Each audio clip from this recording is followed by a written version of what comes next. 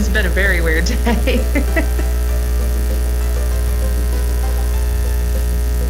Yeah, it was. Right.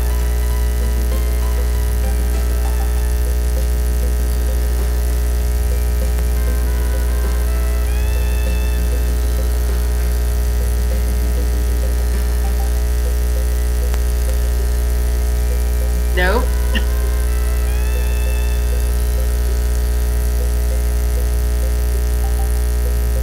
It was good. I was super, super productive today. Like, I don't know who this person is, but if she could stay forever, that'd be awesome.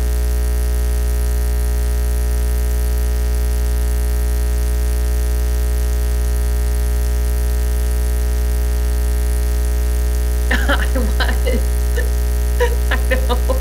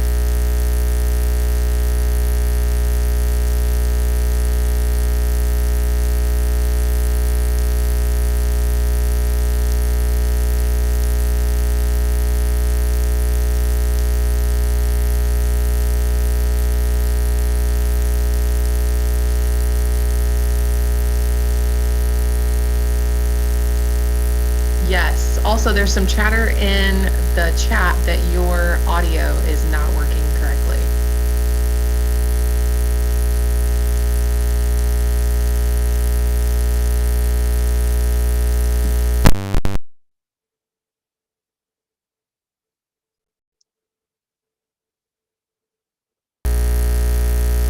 Chime in, guys. I can hear him perfectly, but we're connected differently.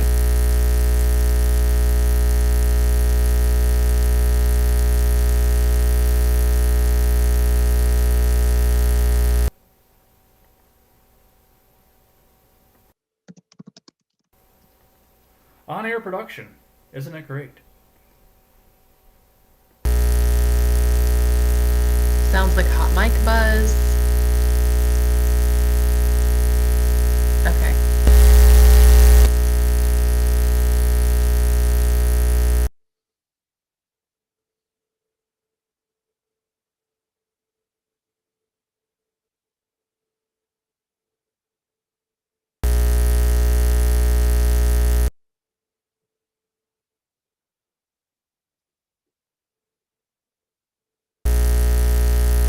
Oh, apparently it's working now.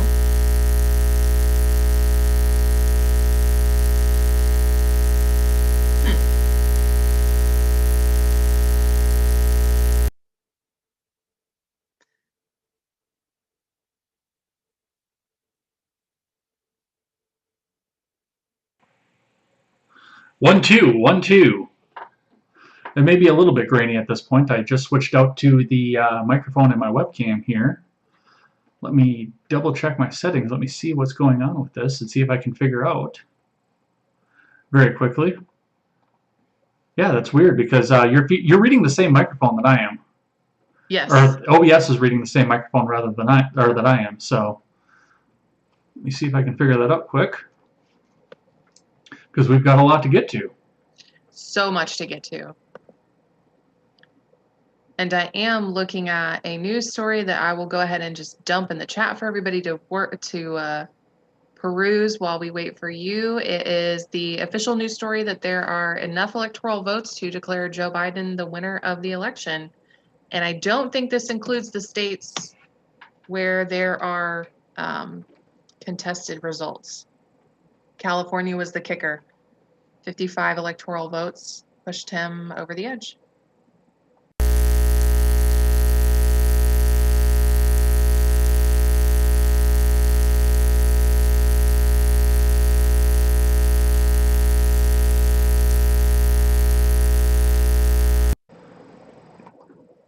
All right, guys, how does that sound? It's a little bit hot, I know, but...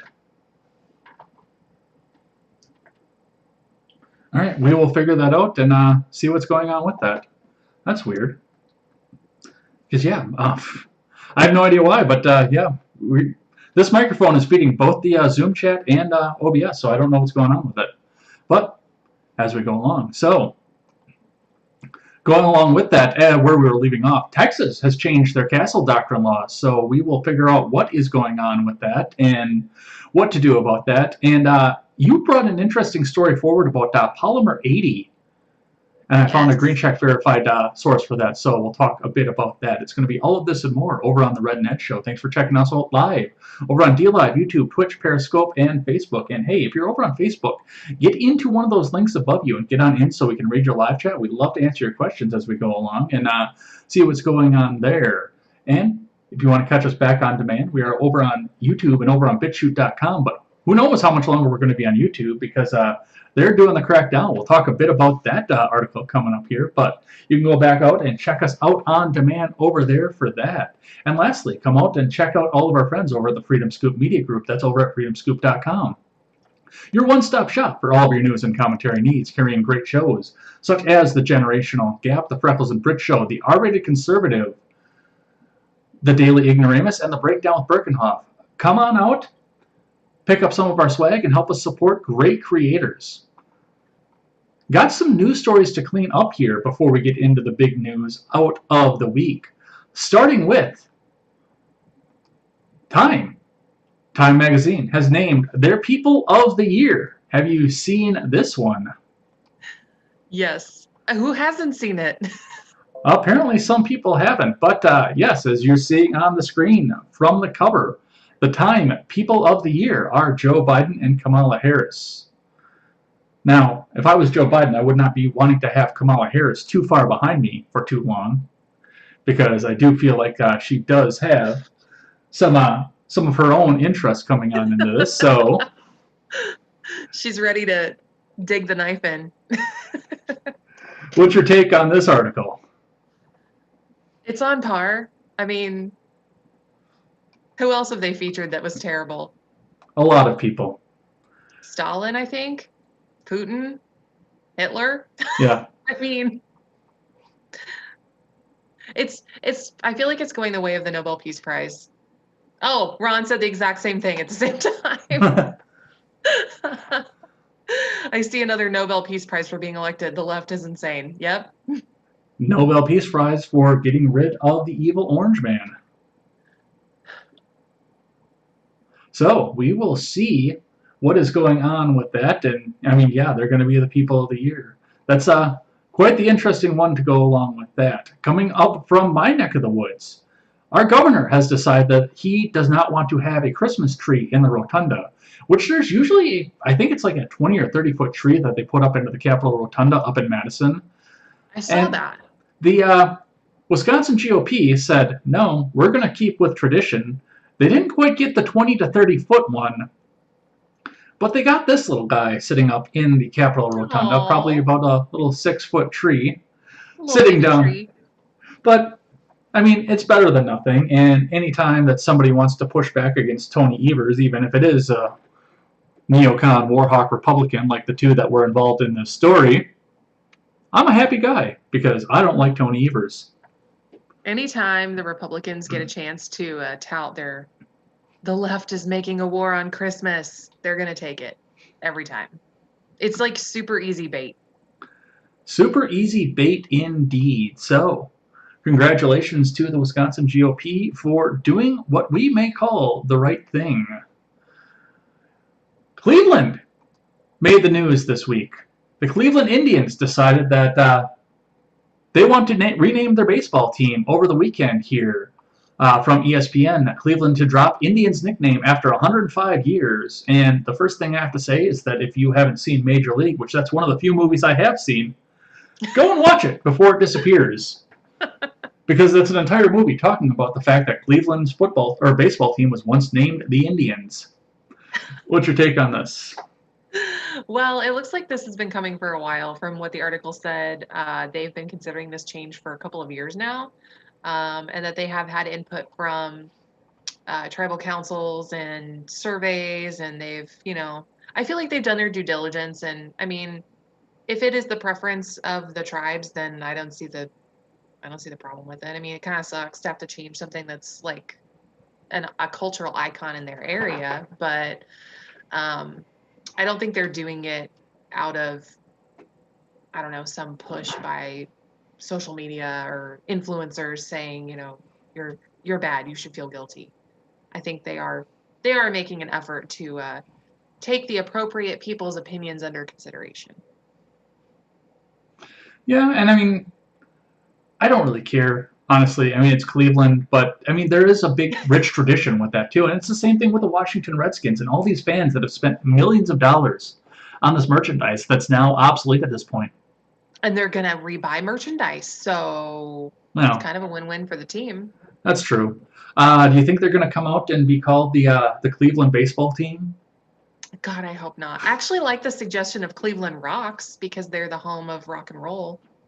That's not too bad. That's not too bad, actually. I was trying to figure out what the heck their logo would be, like if it would just be a boulder, but I think it'll probably have something to do with music. Well, and I mean, that'll be a good thing off of this. But yeah, if they just throw a generic name in for the 2021 season, I think that's going to be just a bit too far off of this one. Actually, a friend of mine posted on her Facebook that over the weekend, she asked her husband, did the football team win? And she said, he just looked at her like, what are you talking about? And then she said, it took both of us a second to register that we actually did have a football team this year that was known as the football team. And she said, and then they both just laughed. Our friends in St. Louis got some good news this week. Reading from NPR, St. Louis prosecutor taken off case of couple who brandished guns at BLM protesters. So according to NPR, what was her name? Kim Gardner. Kim Gardner is taken off the case because she was fundraising for her re-election campaign off of this specific race, and I guess the city decided that was going to be a conflict of interest, and my God, they did something right. What's your take on this one? Sorry, I was catching up in chat. What's going on? Kim Gardner was taken off the McCloskey case. Oh, right. Oh, this is one of the ones you added after I looked at the document. Ed was like all over the place today, you guys. Yeah. It's been a rough day. I had not seen this at all. So Kim Gardner was fundraising off of the fact that she was going to put the McCloskeys in prison, and the city council decided that was not above board and actually could have been construed as a conflict of interest. Circuit Judge Thomas Clark II on Thursday dismissed Circuit Attorney Kim Gardner and her entire staff, saying campaign fundraising emails Gardner sent to constituents that alluded to Mark and Patricia McCloskey's case raised the appearance of impropriety and jeopardized the defendant's right to a fair trial. Yeah, I mean, yeah. It does. If it was a federal election, the FEC would have had a field day with that. Oh yeah, absolutely would.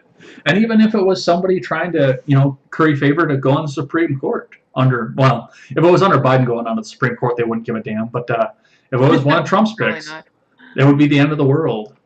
Right. Breaking just today, U.S. agencies hacked in months-long global cyber spying campaign. The Associated Press reports hackers broke into networks of the Treasury and Commerce departments as a part of the months-long global cyber espionage campaign revealed on Sunday, just days after the prominent cybersecurity firm FireEye said it had been breached in an attack that the industry experts said bore all the hallmarks of Russian trade craft. And it turns out that they went along with this and said that anybody who was using FireEye, stop using FireEye. Did Yeah, you they see? said, like, turn off the machines that have it on there. Turn them off. Throw them in the Potomac or wherever the hell they throw stuff when they don't want people to see it Wild. anymore. An interesting one come in on the free markets this week. Tell me a little bit about what's going on with Miss Alexandria Ocasio-Cortez. Oh my goodness. So this is back to the she was named the Employee of the Month by Goya. And I think we've talked about a story relating to Goya before when Ivanka Trump posed with one of their cans of beans, and the company, I don't think the company declared her Employee of the Month or anything like that, but this time around it was Miss AOC, everyone's favorite commie congresswoman. Goya Foods CEO Robert Unanu made the remarks during an interview on a radio show hosted by conservative Michael Berry on Monday. She supported a Goya boycott while calling out Unanu for his public support of Donald Trump over the summer. Unanu insisted she had gone against her own people by denouncing the company while claiming her statements led to massive spike in sales. So his quote was, "To some extent, I can understand her. She's young, she's naive, she doesn't get it. But if you have someone like Senator Bernie Sanders, who's older than us, older than me, who still doesn't get it." She was actually our Employee of the Month when she boycotted us. Our sales actually increased 1,000%. We were never able to hand it to her, but she got Employee of the Month for bringing attention to Goya and our adobo. Interesting indeed. So that is what we are seeing off of that. And I mean, she did sell 1,000 times more Goya than anybody else in all of the years that they've done so. So, I mean, it's well earned. Well earned. Good job. Employee of the Month. It reminds me of the Dane Cook movie. Did you see this bizarre story coming out of Portland this week? No. So, Tell me about it. Portland decided that they were going to spring up an autonomous zone. So, and it was a little bit weird. It looked like with the end of the COVID relief, a couple was about to get evicted from their house, and they essentially holed up in there. And then when they started to try to get removed, the protesters came out and tried to form an autonomous zone, and the Oregon police said, hell no. And now at this point, the real estate investor who snapped up the so-called Red House on Mississippi in Portland has offered to sell it back to its former owners, who were evicted amid heated protests over the property. Well, they weren't really the former owners, they were renting, but Roman Ozaruga has agreed to sell back the home at cost to the Kinneys, a black and indigenous family who's lived there since 1950s, Oregon Live reported. Ozaruga, 33, bought the foreclosed home on North Mississippi Avenue for $260,000 in 2018. So, yeah, he tried to evict them after he bought it out from under them, after they foreclosed on it. And they tried to make an autonomous zone. And, of course, the sheriff's deputies in Multnomah County said, hell no, you're not doing that shit again. So that was kind of interesting here. I guess now that it's President-elect Biden, they don't want to see all these autonomous zones pop up. What do you think? It looks like he's concerned for his safety, honestly. I don't think he wants to live in the house. I don't think he ever wanted to live in the house. That could be. Did you see this mysterious raid in Florida this week, which was just an egregious abuse of police power in my eyes? I don't know if you saw any of this. I did see it. I saw her videos, of course, on and that social does media. tell one side of the They story. went around Twitter. Florida police raided the home of former state coronavirus data scientist on Monday, escalating a feud between the state government and the data expert, who has accused officials of trying to cover up the extent of the pandemic. Law enforcement executed a search warrant Monday morning at the home of data scientist Rebecca Jones, who was fired by the State Department of Health in May. So, I mean, at this point, this all seems to be above board. It looks like she possibly may have been using her equipment in an illegal fashion, innocent until proven guilty. That will be up to a court of law to decide. But the weird thing about this particular article and this particular incident comes a couple paragraphs down. About 10 officers with guns drawn showed up to her Tallahassee home around 8:30 a.m., Jones said. A video taken from a camera in her house, which she posted on social media, showed an officer pointing a gun up a stairwell. Jones told him her 2 children were upstairs. Jones said that the officer was pointing his gun at her 2-year-old daughter, 11-year-old son, and her husband, who she said were in the stairwell, although the video doesn't make that clear. Yeah, honestly, that was the most disturbing part of the story for me. Not that her stuff was seized, because it kind of sounds like the state of Florida has considered her kind of a thorn in their side for a while, and that's why they finally were like, this is the last straw. We're not dealing with this.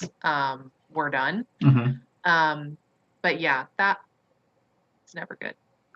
Yeah, I mean, leave the kids out of it. That's the big thing. Just leave the kids out of it. That's the They most... claim that they never pointed guns at anyone in the home. You can't see it on the cell phone camera, so unless there's body cam footage that confirms that, we aren't going to know. It's going to be he said, she said. Yeah, and we will see what happens with when all this comes out in court, because I'm sure that with the public profile of this, they're going to want to get this through the court as quickly as they can. Definitely. And she is going to be the type that's not going to let it go. Which is good, because you shouldn't.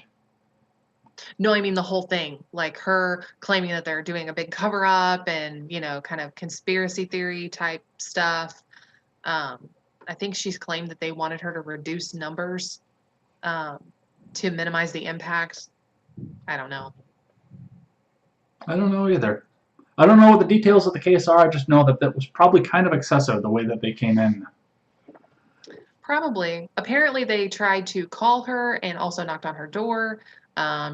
She hung up on them and refused to come to the door. So that is the next step.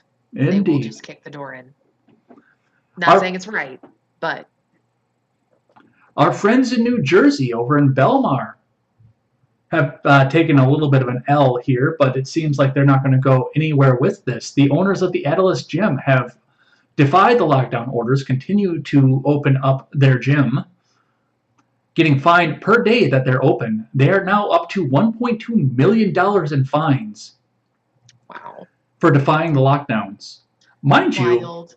You, in New Jersey, you can open your gym up at this point, but these guys are just a thorn in the side of the Governor Murphy, apparently. I don't know what... They're open, but they're not requiring masks. Mm. My gym doesn't require masks. They don't require masks when you're actually working out. You have to wear one in the door and when you're in the locker room. But once you come out onto the floor to actually do your workout, they don't care if you take it off. Are you in any reduced capacity or anything like that? Yeah, there's an occupancy limit. That's lame. Yeah, it is lame. He has been fined $15,497.76 per day, which is an awfully specific number, totaling up, as I mentioned, over $1.2 million. And I don't think he's going to pay that back. What do you think? I don't think he's going to pay it back either. I think he's going to tell, well, he's either going to wind up in jail or he's going to tell Governor Murphy to get stuffed. Or both. Or both. Both is good. Did you see this wild video of this teacher this week at the counter protest? Yes. Before I read this article, let's just listen to what she had to say.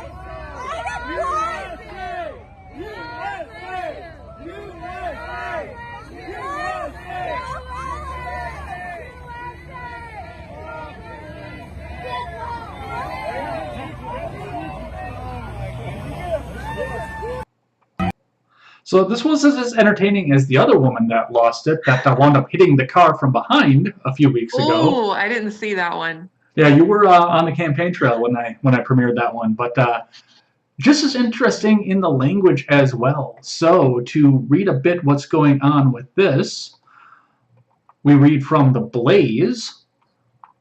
I gotta scroll back up because I was all the way down where I picked the video up from this. You might say Oregon has been the unofficial epicenter of protesters in 2020, with leftist groups such as Antifa and Black Lives Matter on a near nightly basis occupying the streets of Portland and physically attacking local police and federal officers, destroying businesses, torching buildings, and intimidating anyone who gets in their way. We also saw what happened when conservatives descended on Portland at the end of August and staged their own car rally protest. Spoiler alert, a dude died. Now what? Well, there was a protest of a different sort over the weekend in Bend, Oregon, about 3 hours southeast of Portland, and these demonstrators were protesting against governmental coronavirus lockdowns. As has been typical of protests involving conservatives and Trump supporters, the anti-lockdown gathering at the intersection of Northwest Greenwood Avenue and Northwest Wall Street was peaceful. That is, until a self-proclaimed teacher stopped her Subaru and absolutely flipped out on demonstrators holding their signs on the sidewalk. Fortunately, a cell phone camera was rolling and caught the glorious moment for all of you to enjoy, and we did. Yes, everyone enjoyed it very much. How does that make you feel, having a child in the school system, knowing that these teachers exist? Midwestern liberals are way different than West Coast liberals, so they are not the same animal. That is a fair point. So that was an interesting rant to get to hear, and I am glad that I got to hear it because it was definitely a lot of fun to hear. Tell me about Tulsi Gabbard here, and then we will get into the big news of the week. I gotta pull it back up again. Oh yes, Tulsi and her bill. Yes, the transgender one. Yes. Sorry, I'm waiting for all of the pop-ups to disappear on the website so that I can actually read it to all of you. Imagine. No, I mean the pop-up ads on Newsweek that cover the article. Every time I pause one and then it pops up somewhere else, and I'm like, what is going on? So Tulsi Gabbard introduced a bill this week that would use Title IX rules to block transgender girls from competing in women's sports programs and activities run by only federally funded schools. So it's called the Protect Women's Sports Act. She released it on Thursday. She said states were misinterpreting Title IX provisions against sex-based discrimination to create undue hardship for female athletes. She added that her bill, co-sponsored by Republican Representative Marquayne Mullen of Oklahoma, sought to protect the original intent of Title IX protections, which she claimed were based on biological sex. Basically, that men who transition to being women are still biologically men and should not be competing against biological females in sports. And honestly, I agree with her. Well, yeah, I mean, it is the biological difference in there, and I mean, I understand, especially if one of our mutual friends is transsexual. I understand entirely, and Rachel actually presents very, very female too. Like, I was, for the most part, a little bit surprised because she's presenting more and more. So to me, Rachel's a girl, but that doesn't change that. That doesn't change your muscle mass or anything like that. I mean, I know that as someone who is built a little bit differently than most women. I've had all that kind of stuff measured about myself. I actually have double the muscle mass that most women have. And I was blown away by that. So yeah, I get it. Everybody's built differently, and that difference is most pronounced between men and women. Even though it might not look like it, it is scientifically proven. So yeah, I mean, I'm totally not opposed to having. I think originally what Tulsi wants, I think what her end goal with this bill is for transgender athletes to have their own sports to compete in against each other, rather than against biological females or biological males who may have transitioned to another gender. I think my microphone is going to be toast for this one, so we're going to have to keep using the webcam. I've been trying to fix it on and off while we've been going here, and I've had no luck with this. So we might just have to go with the potato sound and go. Sorry, guys, for that. We will get everything fixed for contemporary in the morning. You want to catch us up with the live chat a little bit here before we get into, because this is going to be a big, heavy topic. Yes. I have to scroll up. We've been very chatty today. There we go. Grant says Xi Jinping is standing behind them telling them what to do. I assume he's referring to the Time cover. Nice.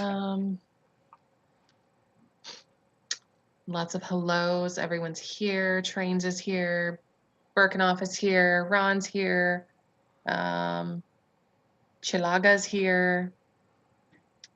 Oh, someone's mad at me because they actually came up with a good name for the Cleveland baseball team. Nice.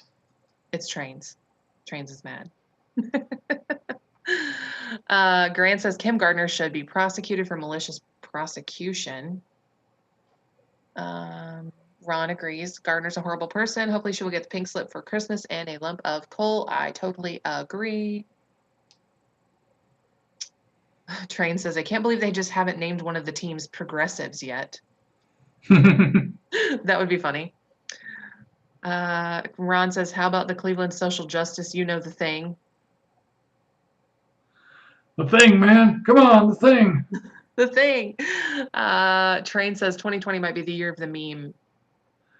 It really is. Yeah. Oh, Ron had a suggestion. Cook eggs in green chili and add to a bowl of black beans. It's very good. Okay. I believe it. I love green chilies. I kind of enjoy black beans, so. Same. Ron also says the White House was drafty, or it was when he was visiting there in the 80s. I'm not sure what that refers to. Maybe the Red House story in Portland? Could be. Train says, did she steal data or something? I missed this story entirely. That was Florida. I don't think that she stole data. The news story said that she made changes to the dashboard that they were developing without getting approval from the higher ups. So they were getting ready to publish this digital dashboard for people in Florida so that they could see all of the stats for their counties. And apparently she was changing things on it without approval. That's insubordination. Apparently she has a history of that. So I don't know. I kind of want to figure out who this Periscope user is that has the same name as me, because that's not me. Interesting. It's an imposter. Indeed. Apparently Train's almost married that chick in the car. Ooh, that would have been messy. Indeed. Trains also agrees with me and Tulsi Gabbard.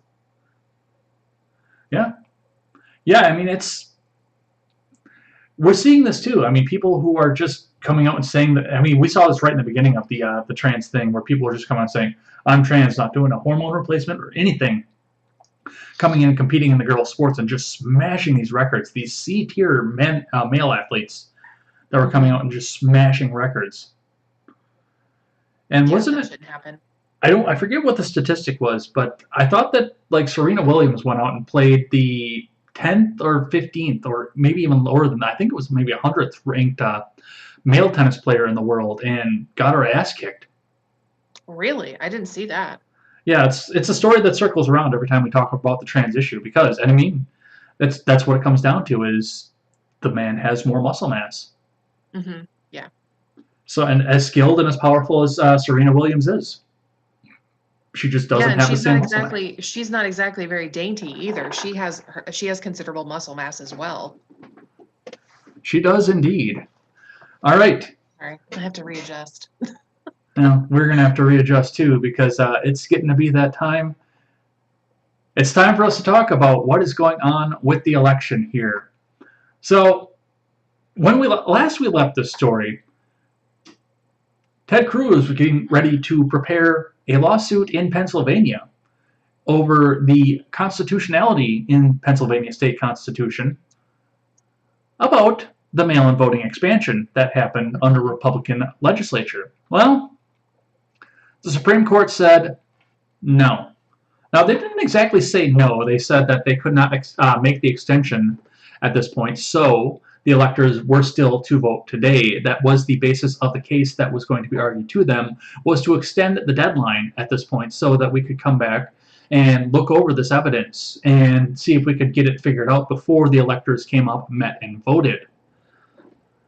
And it appears that in a 9-0 decision, first off, Amy Coney Barrett, Neil Gorsuch, and Brett Kavanaugh suddenly became heroes to the left temporarily, which I thought was very interesting. Right. And they all came together and said, no, we can't do this. So what did you see on this so far?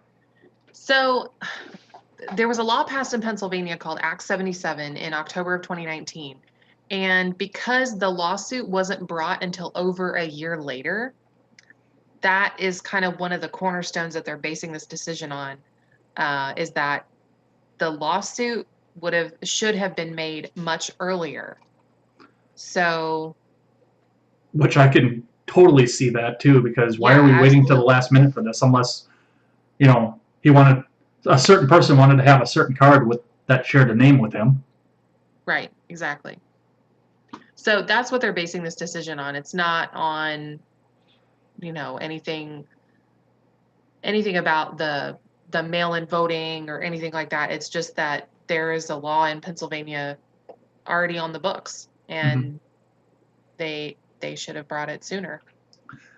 Well, yeah, especially if it is unconstitutional. They should have been talking about this long, long, long ago on this, which we should have been having this conversation months ago. We were having this conversation months ago when Yeah. the mail-in voting started getting expanded by executive edict in most of these states rather than legislation. I know that Robin Voss did not do it in this state. Now, mind you, they didn't change the mail-in voting, but they did. Tony Evers did go on an executive order and make it legal for the Wisconsin Elections Commission to mail out an absentee ballot request to every single address in the state of Wisconsin. I know, I got one. Every single registered voter got a mail-in, or I'm sorry, not a mail. I keep confusing the two. An absentee ballot request in the mail, Mm-hmm. which I believe that would be harassment, wouldn't it? I don't think so. That was worth a try. I don't know under what law that would be considered harassment. The law that Tony Evers is a cock.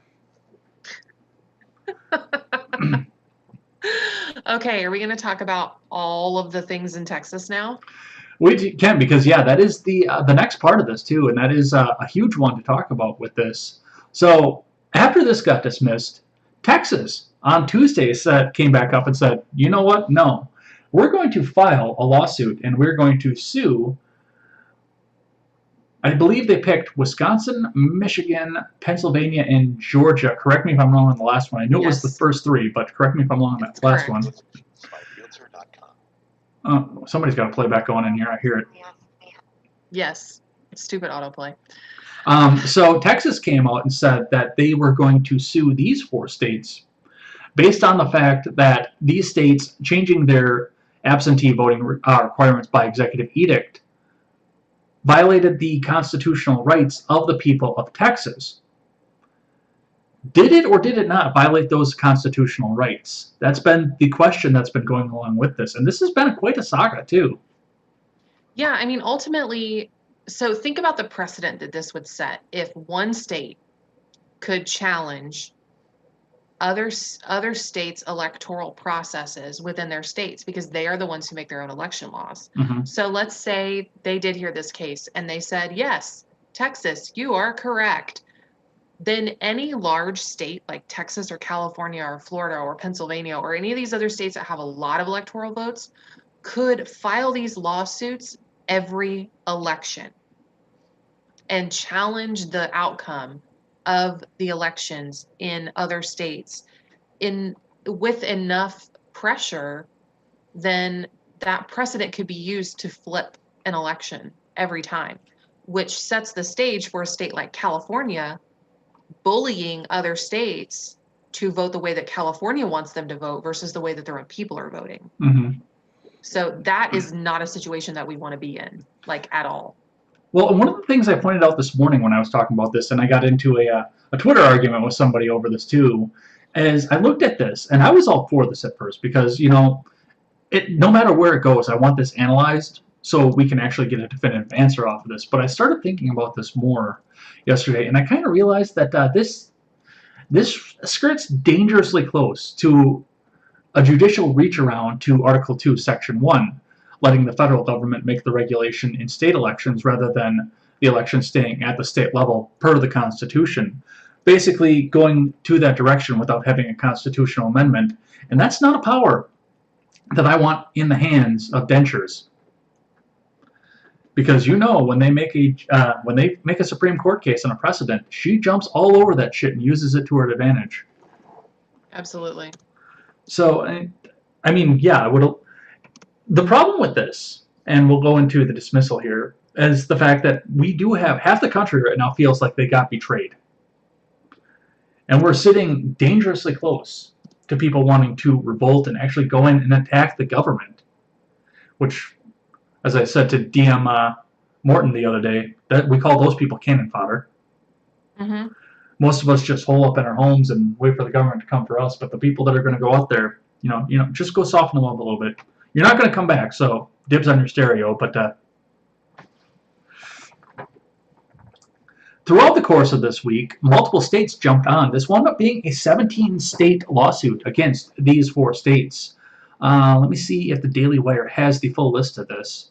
Multiple states have thrown their support behind a Texas lawsuit. Give me a list. At the time of, because this was right at the beginning, at the time of this article, it was Missouri, Louisiana, Alabama, Arkansas. Those were the initial ones that jumped on board this. It wound up being 17 states that decided that they want to challenge us. And, I mean, secession? Rush Limbaugh came out and talked about it this week. He said that... I mean, cool. If that's what happens, I'm cool with that. Red states are in a position now where they may be considering secession coming along with this. Yeah, okay. Inflame the tensions a little bit more. Golden EIB microphone. But on top of this, some more drama came out of this before the dismissal came off of this.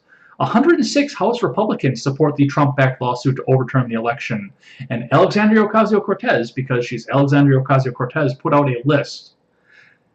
I don't know what you remember from history, and you do more history than I do, but what happens when socialists start to make lists, but it doesn't usually end well. No, it doesn't. Not at all. That is more than... This is New Age McCarthyism right now. That's what this is. Well, especially with the Chinese stuff coming up that we're going to talk about later, too. Mm-hmm. I mean, McCarthy, he may have been right about what was happening, but I think he picked the wrong time and the wrong country. Yeah, probably. Let me see. Group of 106 House members. It doesn't list all the members here, but there was some drama that came along with that as well. Let me get this one up here. Did you have this one marked, or did I? No, I had this one marked. Where did I put that? Where did I hide that? Okay, I had it right there. Democrat asked Pelosi to refuse to seat lawmakers, and this is the dangerous part that comes off of this here. So Bill Pascrell out of New Jersey is asking the House Speaker Nancy Pelosi to refuse to seat members of the next Congress who back President Trump's effort to challenge the election.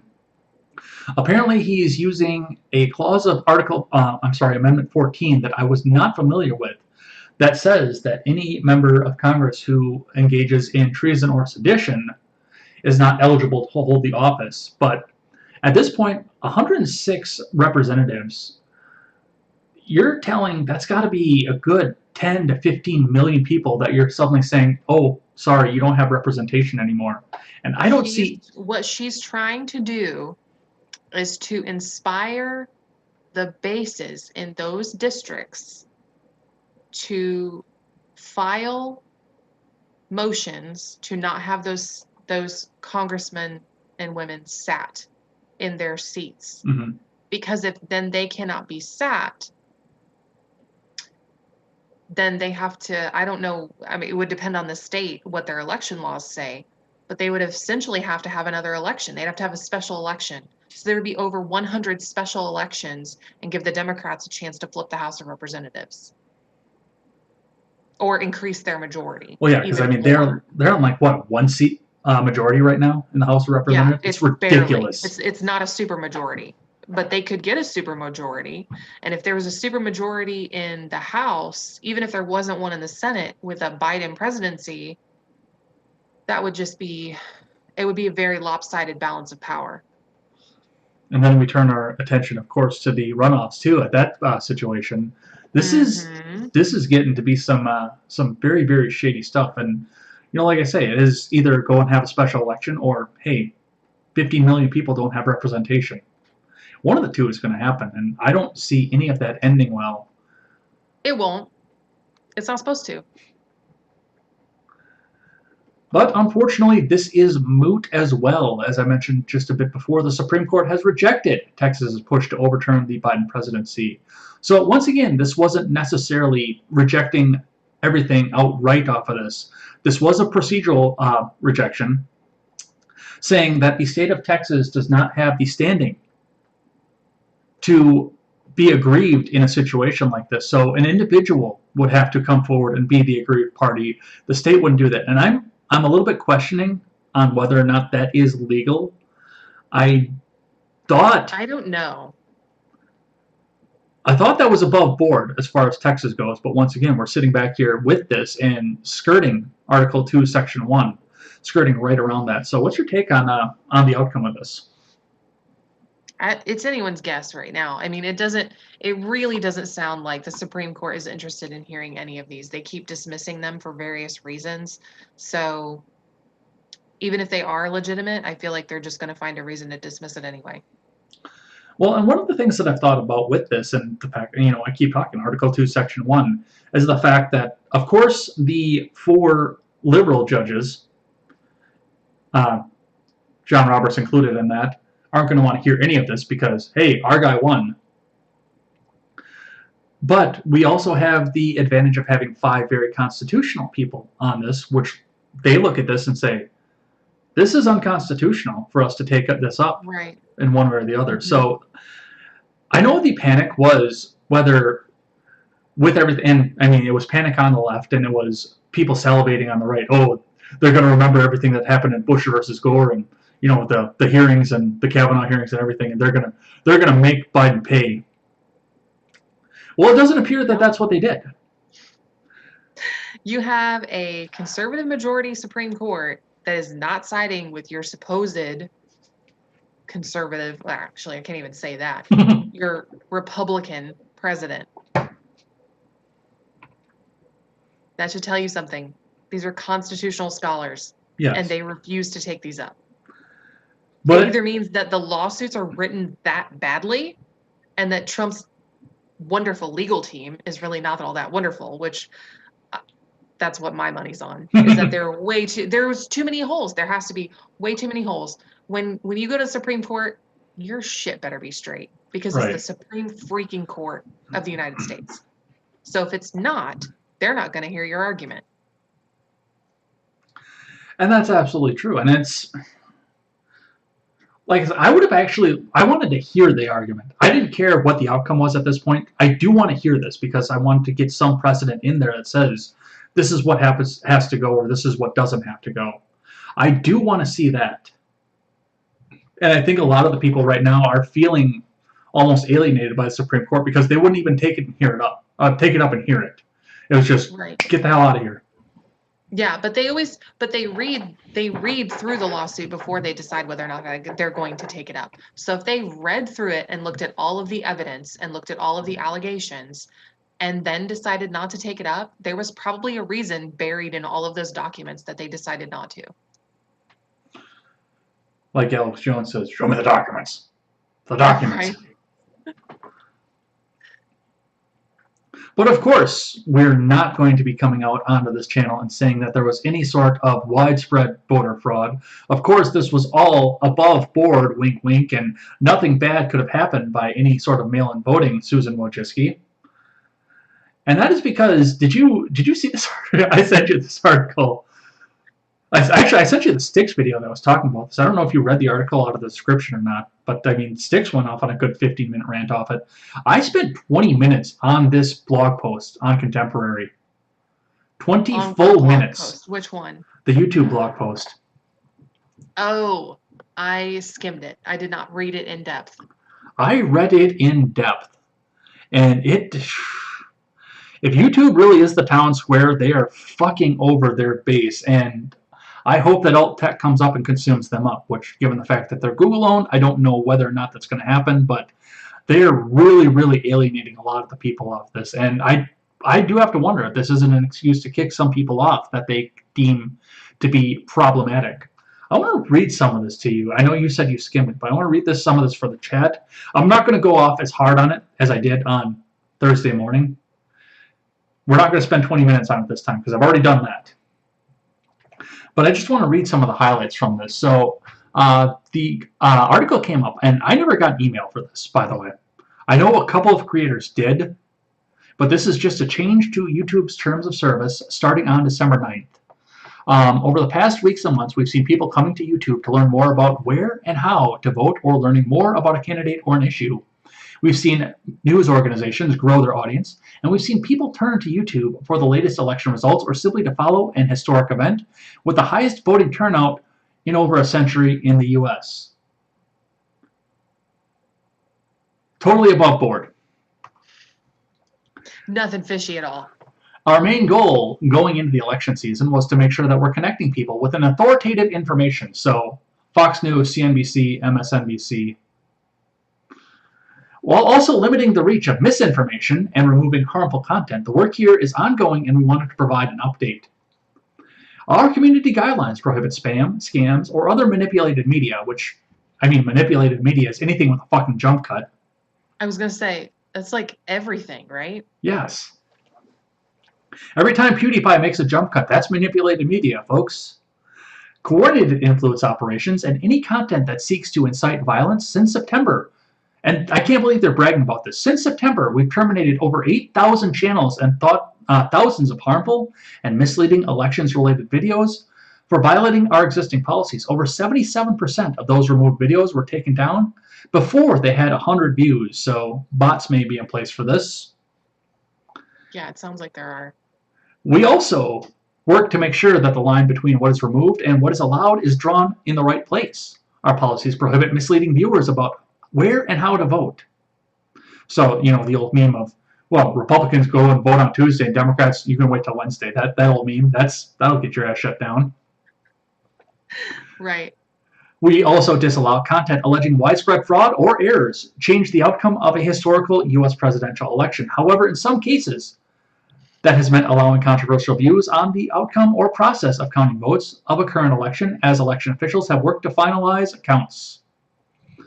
Yesterday was the safe harbor deadline for the U.S. presidential election, and enough states have certified their election results to determine a president-elect. Given that, we will start removing any piece of content uploaded today or any time after that misleads people by alleging that widespread fraud or errors changed the outcome of the 2020 U.S. presidential election. You can talk all you want about Rwanda or Russia. Right. Or the Chinese election. That's totally fair and above board. But not the U.S. But not the U.S. election. Which was totally above board, too. No, nothing fishy going on there, Susan You Wojcicki. can't have any dissent. No dissent. So that's all the further I want to go in with this. But actually, I want to take just the caption of the next paragraph is the most egregious part of this. Because they're trying to change us from YouTube into ThemTube. Connecting people to authoritative information is the caption of the next paragraph. And, I mean, you know what that means off of this. So that's a lot of mouthful. That's a lot of words there. What's your take on all of this? It's just more big tech censorship. And I don't know. I would imagine that because they're Google owned, that there's definitely some government pressure to do this. They don't want to get hauled into a congressional hearing like Mark Zuckerberg has. So they're probably being proactive about it.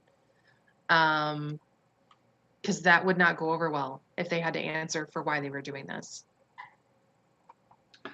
I do think that some of the 230 stuff is going along with this as well, because Probably. they're looking back and they're like, oh shit, if we start acting like publishers, they might crack down on us. Mm-hmm. But I mean, this is just egregious. We're going to YouTube because it's across all platforms, though. I mean, the only platforms now that don't do this are Minds, MeWe, Parler, the alt tech platforms that exist. And I mean, I reserved my username on Parler by just creating my account, and I tweeted a few times, or parlayed, whatever. I can't keep track. But it's an alt-right cesspool. You couldn't pay me to spend time on Parler. Yeah, I tried to do a little bit of that with Gab too, and it's the same thing. Pretty much I'm only on Gab because I wanted to have a place to follow Blonde in the Belly of the Beast, and now that she's on Instagram, I don't need it. Right. Mm-hmm. And it is bad. Yeah, it's really bad. But Liberty Hangout loves it over there. Oh, I'm sure they do. You mean Christian Authoritarian Hangout? Yes, yeah, they love it over on Gab. They love Gab. Constitutional Monarchy Hangout? Yes, those people. Okay. But that does raise the question here: is this a jaunt to two separate internets? And I talked about this when I was going on in my rant. I mean, I love being on YouTube. As many problems as they have, I do love being able to stream my stuff to YouTube because I can pull in audiences from all sides of this. Mm-hmm. I mentioned while I was talking about this on Thursday morning. I mean, regularly on Contemporary, we have Flancorp that watches every episode, and he throws his progressive stuff in the chat. And he's wrong on almost all of it, but he's there, he's listening, he's hearing out the other side. I can reach out to a progressive on YouTube. I can't do that on DLive. Right. I don't even know what DLive is, really. You know, when you look in the chatbot window with the yellow ninja face? Yeah, that's DLive. Uh-huh. Oh, okay. Looks like a Lego man. Yeah. It's another streaming platform there. It's a lot more free speech. They're getting a lot of gaming stuff over there. They were doing some censorious stuff over there for a little while, but they seem to have backed off of there. It's a Twitch alternative is what it is. Okay. But they'll also platform people like Owen Benjamin and his Zale. Have you ever listened to an Owen Benjamin rant? I recommend it at least once. I wouldn't recommend doing it more than once, but I recommend at least once. Is it like Angry Man in Truck on steroids? No, he's a piano player who, I know I've got some bears in here. I'm going to piss them off when I talk about this, but he's a piano player that he used to be a stand-up comedian. I think he was in a movie with like Christina Ricci or something. So he used to be big mainstream. He knew all the mainstream guys. And then he stopped taking his medicine and he kind of went off the conspiracy deep end. Oh, okay. I always recommend. His streams are entertaining once. Once. And after that, they're just scary. Yeah. I love you guys, the Bears, if you're in here. Those are his followers, are the Bears. Oh, okay. So that's what they're doing with this, and I want to stay on the platform, but if they're just going to keep alienating me, and I've got to wrap myself in knots to say, defensively, Susan, and of course the election was completely above board, Susan. I don't know if I want to stay with it or not. Even if I can reach across and, pluck a few minds from the left and say, hey, here's some liberty. Here's some federalism. You like this?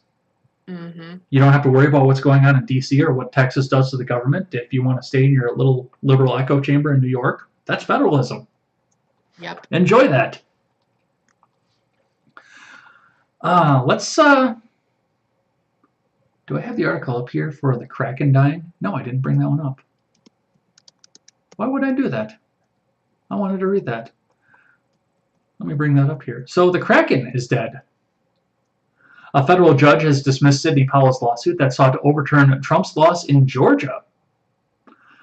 So another one falls flat. One of the guys I work with was really, really into the fact that Sidney Powell was fighting for this. And I'm glad to see members of the GOP fighting because they were pretty much squishy rollovers and court jesters for the progressive movement for a long time. I'm glad to see that they're actually fighting back. That being said, every time I hear Sidney Powell open her mouth again, I think she becomes more of a nut job. Or at least she reveals herself to me.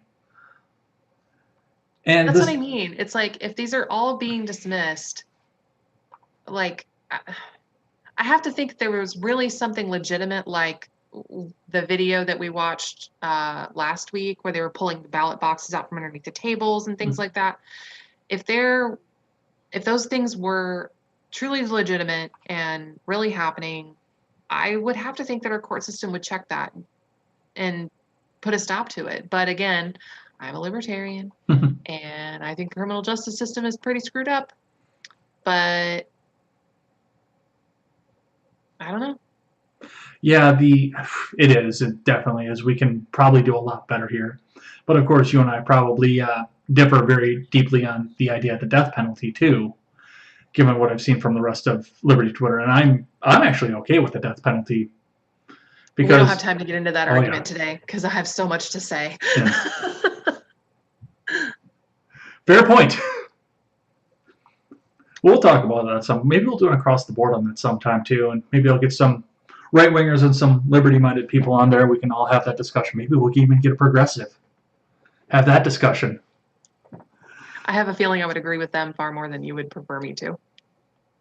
I wouldn't prefer you to do anything because you're your own person. I'm not that way. But yes, the ruling in Georgia by Judge Timothy Batten Sr. came in less than 90 minutes into a hearing in the Atlanta federal court where Powell had claimed that Trump was the victim of massive ballot fraud related to Georgia's use of Dominion voting machines. And they were talking a bit more about this today. Apparently something was supposed to drop today. I haven't seen if it dropped or not, but apparently she was coming out with another Kraken lawsuit that was going to do something. But, I mean, at what point do you look at this and say conspiracy theory? And what point do you think that Sidney Powell was washed up? I mean, she did great with Michael Flynn. Don't get me wrong. So she may have had a good argument in her case, but it looks like the reason that the judge denied it and dismissed it was because she was asking the wrong court to to make the Secretary of State decertify these election results. And that goes back to what I said earlier. It's like there are holes. They're not going to the right level of courts to do the things that they're asking for. And then they're just firing up the base when they get dismissed. It almost feels like that's intentional because how could you be an expert at the law and not know these things? And that was the same thing that happened in Wisconsin. They tried to go straight to the Supreme Court, which they said, well, we're doing this because of timing. Well, you can't do that. There is a process in place. Go the right way. I don't care if you're the president of the United States or not. Go the right way. Because that's the way that it's supposed to go. And, I mean, for all the good that he did with the economy, he is a narcissist. He absolutely is. And you think, well, I should, because I'm the president, I should just be able to go up to the Supreme Court and just bypass everything else. We gotta get this done. Make America great again. Keep America great. I don't know. It almost makes me think that he knows that he really did lose because he behaves so badly. But that he has to keep the base angry in order for them to support him to run in 2024. So this is the perfect mechanism to do that, is to make a huge deal out of all these lawsuits, even though they have holes, they're not filed in the correct courts, they're asking the wrong level of court to do something that they can't even do. Mm-hmm. They're asking them to do things that when there exists no mechanism to actually do it, which is what happened in this Powell case. And it's like, again, if you are an expert in law, how do you not know this? Like, how do you not know that the court can't grant you that? Wouldn't you? You would. Like, wouldn't you check? Like, does the court have the authority to do this? Are we even filing this in the right place? Right. And I don't think that... Okay, I'm not going to say what I was about to say out loud because, you know, Susan's here with the band hammer. But I have questions based on the fact that every bellwether was broken. Florida and Ohio, the cookies, the Halloween masks, every bellwether for the presidency was broken by Biden, and yet he still managed to win somehow. I have questions. I have a lot of questions. I don't know if they're ever going to get answered, but I have a lot of questions. And, I mean, you as a libertarian, me as a minarchist federalist, when do we ever trust what the government has to say at face value anyway? We don't do that. Yeah. Clint said it best when everything started getting challenged. When did this become trust the government day? Right. Yeah, no, we don't trust the government. And I don't even trust the court system either, but it's, I don't know. Maybe I still have a little bit of lingering like rose-colored glasses going on. I think somebody in the chat mentioned earlier, the rest of the world is used to seeing corruption laid bare, and America isn't. And maybe that's it. Maybe I just have like this cognitive dissociation, like, okay, we can't really be that corrupt, can we? But maybe we are. Oh, we can. Joe Biden, Nancy Pelosi, Kamala Harris, and Hillary Clinton. Not even that well liked, like at all. I was talking about corruption, not liking. Oh, yeah. Oh, but I was going back. Sorry, I was going back. I skipped back to what you said before, where you were saying, well, every bellwether's broken. It's like this incredible election. I can't, I think the average person would say that doesn't necessarily mean that everyone loves Joe Biden. I think it means that people hate Trump, and I do think that that is true to an extent. Did you see this bizarre podcast story? I'm sure you read it in the document already. From the Daily Wire, self-proclaimed feminist podcaster Kelly Loeffler is a cunt-federate. Yikes. And I'm not going to censor that, even though the Daily Wire will. Buy my merch gold, folks. Left-wing podcaster and self-proclaimed feminist Aaron Ryan ripped Senator Kelly Loeffler in a profanity-laced Twitter thread on Sunday, repeatedly referring to the lawmaker as a cunt. Does that mean that she's mad at her, or is she maybe Australian? Could that be a thing? They love that word down there. I don't know. Yeah, they like it in England too. Just the more. Well, let's just read both parts of this. Kelly Loeffler is what happens when a Twitter account with the bio wife, follower of Christ, mole and lobby, libtards will be blocked, comes alive, fucks a blow dryer, and sends the resulting child to Confederacy immersion school Ryan began. She is a Confederate, a cunt, and a Trump-pumping loser worshiper. I can call her a cunt because I myself am a cunt. But I tried to use my cuntiness for good instead of evil, she continued. What if Ivanka Trump were even less appealing somehow and deserved the job less? Answer, Kelly Loeffler. I don't know what she accomplished with that. Like, I mean, really, what was the point of that? To just say you don't like her? Well, I mean, we're reading it on the air, so she got that. Yeah, but I mean, I don't know. You can have legitimate policy gripes with someone. You can have legitimate concerns about someone's performance in their job when they're elected, and the ideas that they advocate. That's all fine. But if you're just going on vulgarity-laced rants about people and saying that you don't like them, it doesn't really serve a purpose. Because, okay, great, she got attention, but what is she drawing attention to? That supposedly Kelly Loeffler is a bad person? Okay, give me a policy thing to chew on that says she's bad. Like, give me something to point to other than just you don't like her. Well, that is like the basis of my entire complicated relationship with President Trump, too. I mean, why are you calling him a racist? Why are you calling him a Klansman? Why are you calling him a white supremacist? Why are you calling him all of this when he spent us into oblivion and blew out the fucking debt? There's something you can actually go after him for. But you're going after all of these non-starters and non-sequiturs. And profanity-laced rants. Just like... Yes.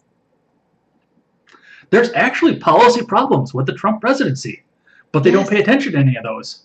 And all that stuff went around right after the election about Kamala Harris, about, oh, well, if you're not happy for her, you're ignorant or whatever. No, I have legitimate policy gripes with her because she's a terrible prosecutor and a terrible senator, and she has bad ideas. I don't need to talk about her affair with Willie Brown to say that I don't like her. Like, that just adds on, but that's not one of the main reasons why I don't like her. How many millions of black men put into prison so they could go fight fires in California? For pennies on the dollar, and then not being allowed to have a career as a firefighter after they're released. That was just fixed. That's probably one of the only things I'll ever thank Gavin Newsom for doing. But thank you, Gavin Newsom, for doing that, because that is occupational licensing that should have been changed decades ago. Let's go on with this here.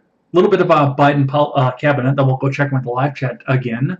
Mayor Pete may get China post, which I don't understand anything about this at all. I know nothing. I can't even wrap my head about how this guy's qualified.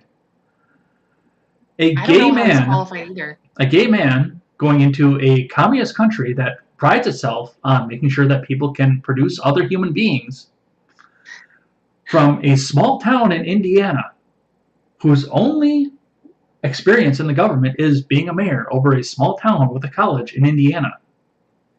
South Bend is not a small town, but it's not exactly a bustling metropolis like Boston or anything like that either. I mean, if he was the mayor of New York City, then sure, I could see it. But no, I mean, South Bend is not that big.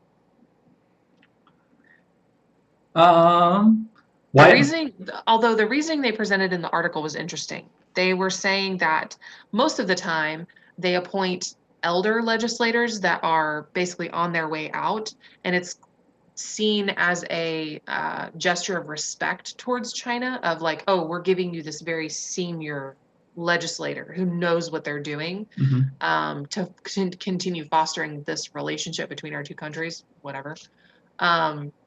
But they said that this was flipped on its head during the Bush administration when he appointed someone who was 50. That was considered young.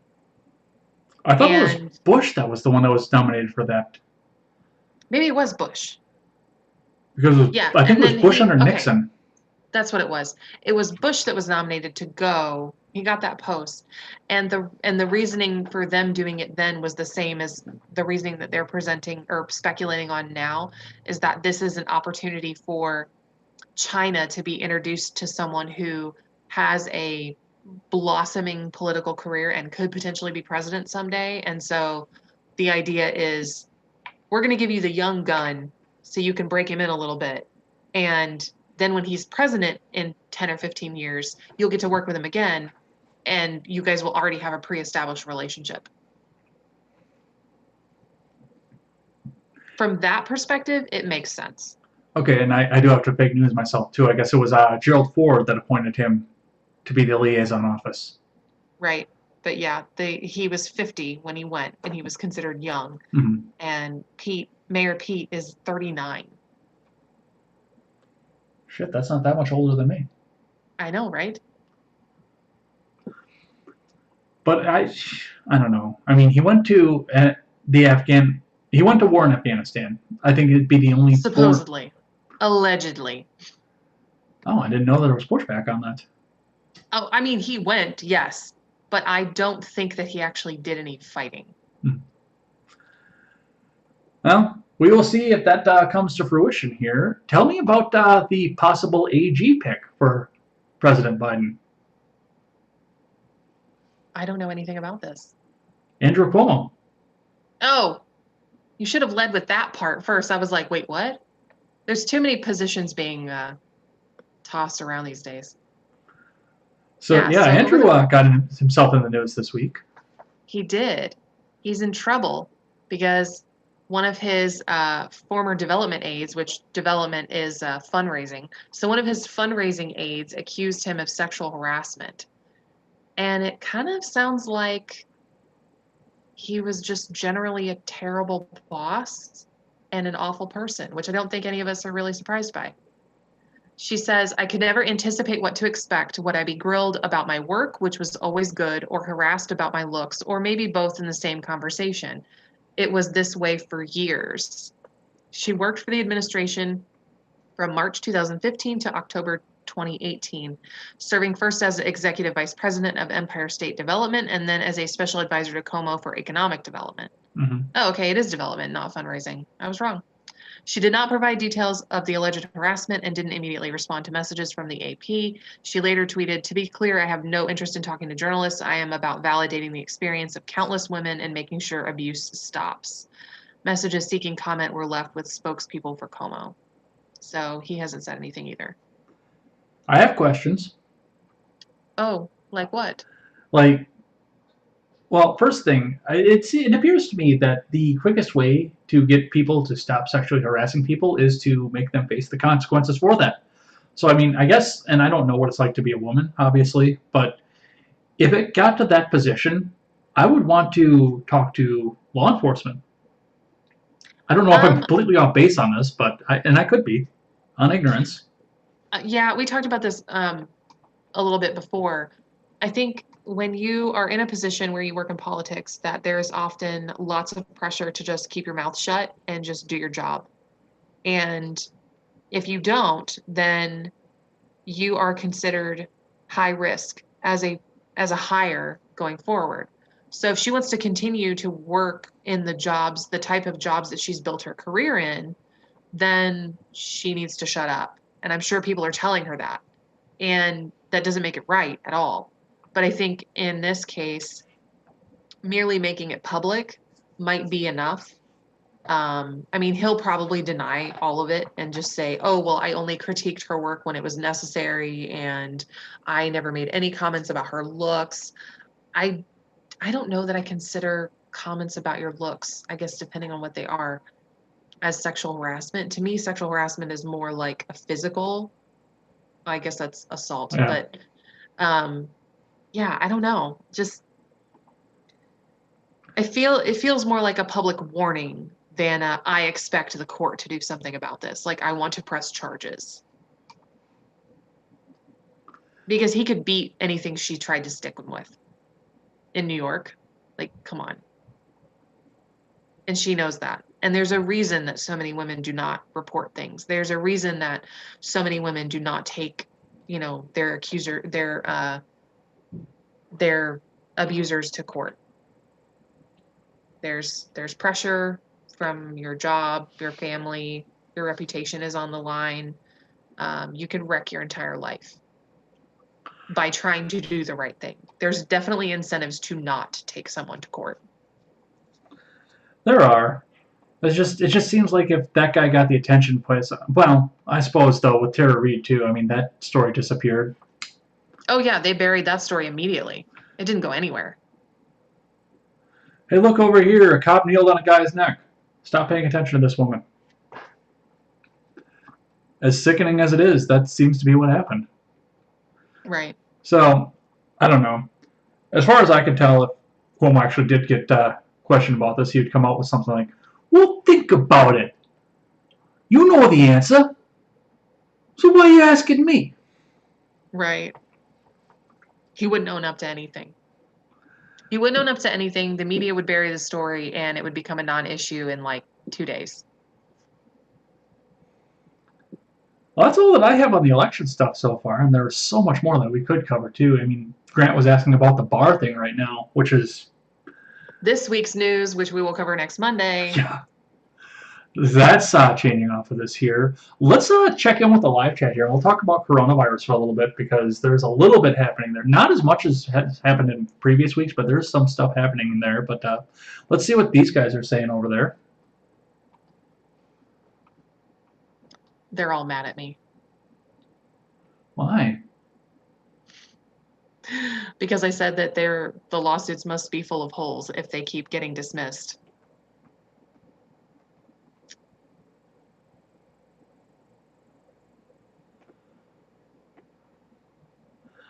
Let's see. Where did you leave off? I'm trying to find it too. No, Ron, DLive is not hanging up. That's just your potato internet. And I say this talking through a potato microphone. Right.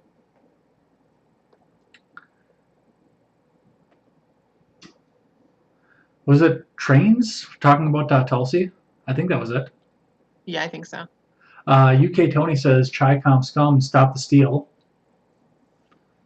Grant says, no, the Florida person broke into the Florida system after being fired. The warrant says they traced it back to her IP address. That's right. That's what it was. Grant says, no, they told them they couldn't sue before because no harm had been done. That must be on the Texas case. Ron says the mafia helped JFK get elected. That might be true. I could buy that. Yeah, I wouldn't put it past them. Grant says Pennsylvania broke its own laws. That's actually they didn't break their own laws. They broke their own constitution. Right.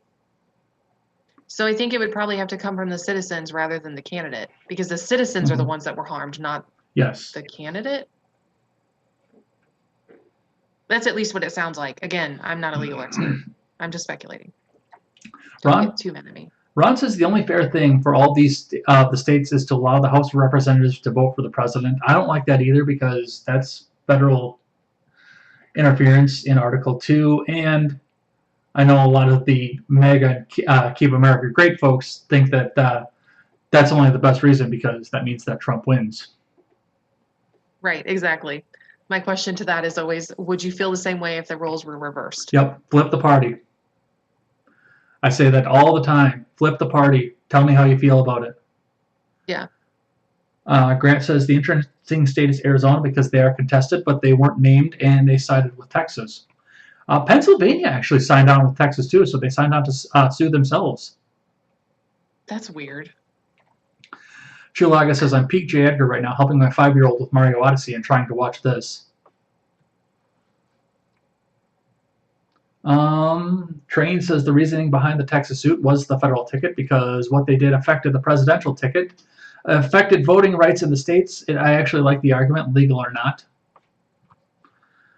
Grant says Lincoln broke a lot of rules. Yes, he did. No doubt about it. You can't count on Republicans to be on your side. Fact check true. Can't count on Democrats either. Fact check true. So when these state governors overstep their own state constitutions, it's the responsibility of the residents of those states to put them in check. Fact check true.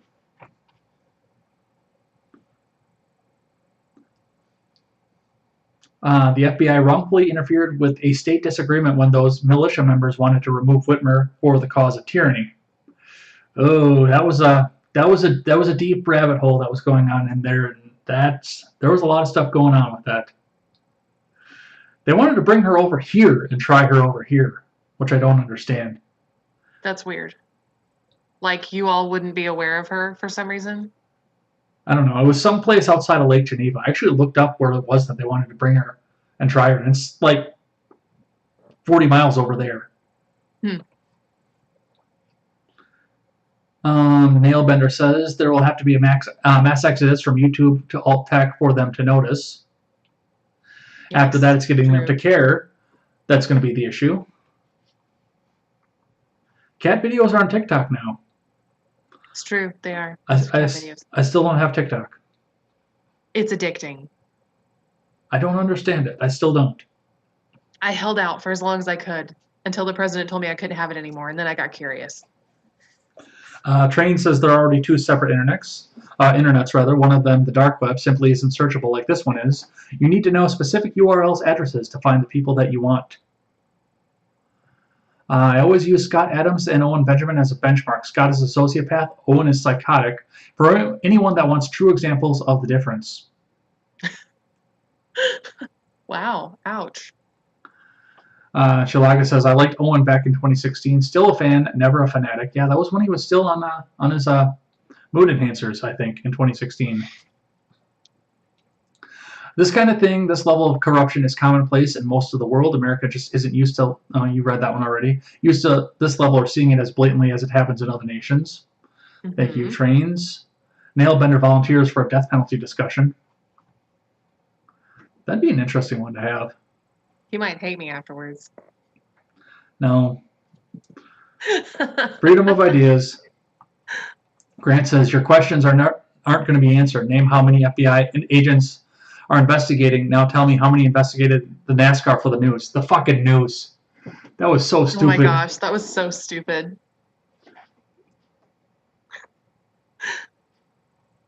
Grant says, it's your rose-colored glasses. Our elections have always been bad. I grew up in California. My parents told me about boxes of ballots being found when the Democrat needs votes. Yeah, that happens here, too, by the way. Did Barr retire because of Trump, or did he do it because he believes Biden is incoming, or is he doing something else?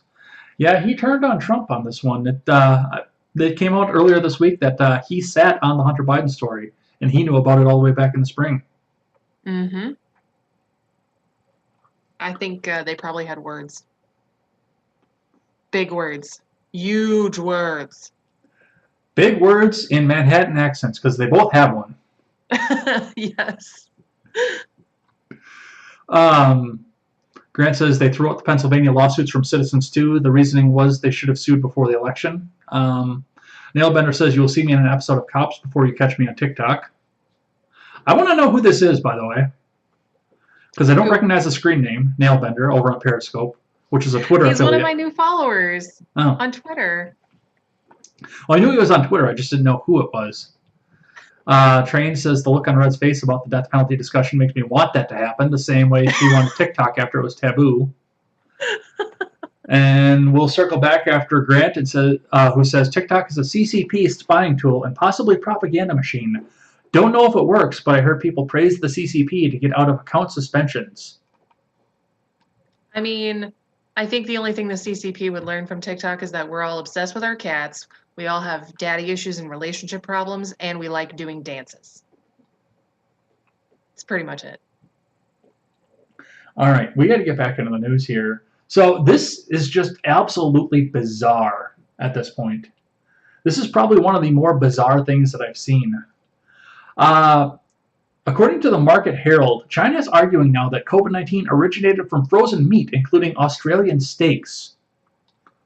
Just pass that motherfucking buck along, huh? China has attempted to shift the blame for the global COVID-19 pandemic by suggesting the virus began from imported frozen meat, such as Australian steak, and not a bat bite in a wet market. They have pissed Australia off, and then they impose sanctions on trade from Australia, and now Australia is even more mad. I don't know if they're going to do anything about it. Doesn't sound like it. They're the Southern Hemisphere's version of Canada. That's quite fair, actually. But it's weird to look at and see with this. It's why everybody knows that it came out of China at this point. I mean, this is not news, and yet they keep trying to pass the buck and say, no, we don't do this. No, look over there. And it's just, what do you do at this point? Especially given the fact that Australia, did they try to do some sort of sanction against China because of the coronavirus? Way back in the beginning of it? I don't remember if they did or not. I just remember from reading the article earlier today that China imposed sanctions on Australia for supposed damages because of the virus. Interesting. Well, as long as they're fighting over there, it's just, yeah, the whole thing with trying to pass the buck. I don't. Train says, explain how the elderly with no teeth are getting COVID more than anyone else. If it came from frozen steak, they can't chew and are afraid to use the stove at that age. Oh, jeez. That is ageism, my friend. I hope we don't have any elderly audience members. So what's your take on this? I'm really interested to see what happens, honestly. It goes on to accuse a number of countries, including Australia, of potentially importing infected meat into Wuhan, explaining why the virus was first detected there at the start of the pandemic, and not in the countries where they were supposedly importing the meat from.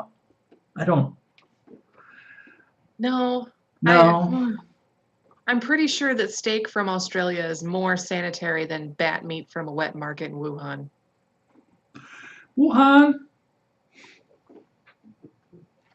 Well, either way, now we're sitting over here fighting over how we're going to fund the government. But, hey, at least we got past that deadline and got another major omnibus spending package out of it. December 11th was the deadline at midnight. The government was supposed to run out of money, even though they don't have any money to begin with. I thought we suspended all of the debt ceilings. Yeah. Because why would we want any accountability at all? Accountability. That's for Republicans when we're not in a pandemic. And when a Democrat is the president. Yeah. We care about the debt, but only then. I tell people I'm going to be the only person in America that's allowed to complain about the debt because everybody else went out and spent their stimulus check, and I cut mine up and sent it back to the government with a profanity-laced letter. Basically saying you don't have the money for this. Now you're probably on a watch list. I've been on a watch list forever. That's nothing new. Tell me about Senator Dick Durbin. Well, he's dead. Is he the one that died? No. No, he's the Illinois senator that was talking about the COVID relief package. Oh, that's right. See, maybe he's the one I wish was dead. No, I'm just kidding. Defensively, of course. Yes, these pop-ups would go away. So he sat down with an interview with Jake Tapper last Tuesday, and he admitted that the election definitely played a role in the Democratic senators holding up financial relief. He said there was some exuberance involved because an election was coming, and they were both bidding one another and trying to find common ground, and they didn't reach that point. We are looking at the reality now of a new president coming on board in just a few weeks. With Trump leaving, we are trying to find something that we can agree to on a bipartisan basis.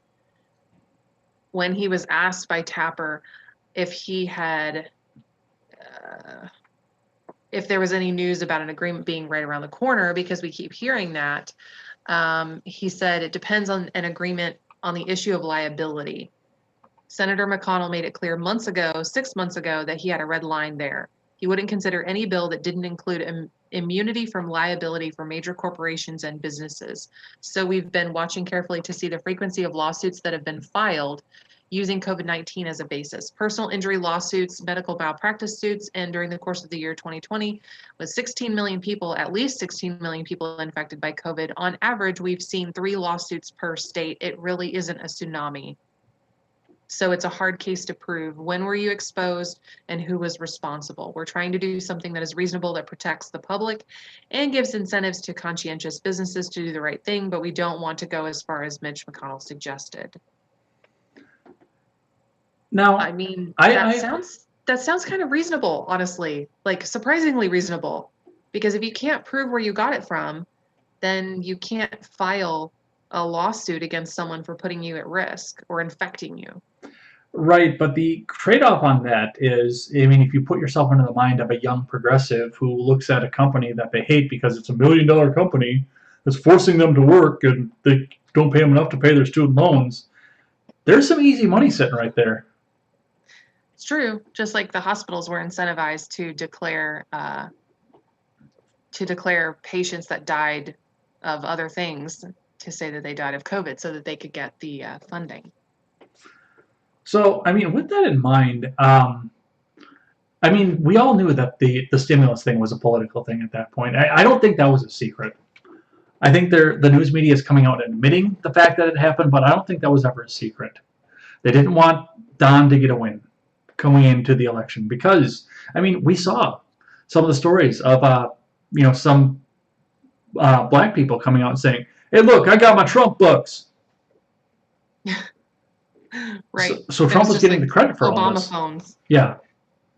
And Trump was getting the credit for this, and it was a win in his corner to get the stimulus through. I do think that it was. The stimulus was awful, though. It was. It was terrible. Well, it was billions of dollars to big multinational corporations or national corporations, and $1,500 for taxpayers. Like I said then, if the government has decided that they're going to spend money, and they had already decided that they were going to spend billions of dollars. Mm-hmm. My preference under a situation like that would have been for all or the majority of that money to go directly to taxpayers, which means, yes, a bonus on top of your unemployment, even though it did incentivize some people to not go back to work. But you can't just have a blanket system where you don't do that, because that is very damaging. And then also direct checks to taxpayers who are impacted because they may not be eligible to file for other things. It shouldn't be this little sliver for taxpayers and all of this for corporations, Mm-hmm. and then telling them, by the way, you have to keep all these people employed somehow or pay them sick leave or whatever the arrangement was, just for companies like United or American Airlines to say, okay, sure, yeah, we'll take that money, and then taking the money and then saying, by the way, we're going to do layoffs in September after you told us we couldn't. Mm-hmm. That doesn't help anybody. Right, and that's the biggest part of the problem with this too is, I mean, yeah, okay, we got a couple $1 billion went out directly to the taxpayer, like you said, but United Airlines, we don't need to be propping United Airlines up. They dug their own grave. Yeah. I prefer Southwest myself, but they don't go to all the places I want to go. Not that I I fly prefer them whatever's anyway. cheap, which is usually American. But I mean, even around flu season, some of these cruise companies, the airlines, they have to expect the fact that there's going to be some sort of bump with them. Not even just with a regular coronavirus, but just in regular flu season. People don't want to get up on the plane. The tickets go unused. Which was great for me. Yes, you spent a lot of time on an airplane over the I past few did. months. I calculated it. It was about 30 commercial flights in 4 months. Wow. And that's not including I didn't include trips where I had a layover, where I counted one flight and then a second flight because there was a layover. No, I'm talking about 30 flights, from one city to another.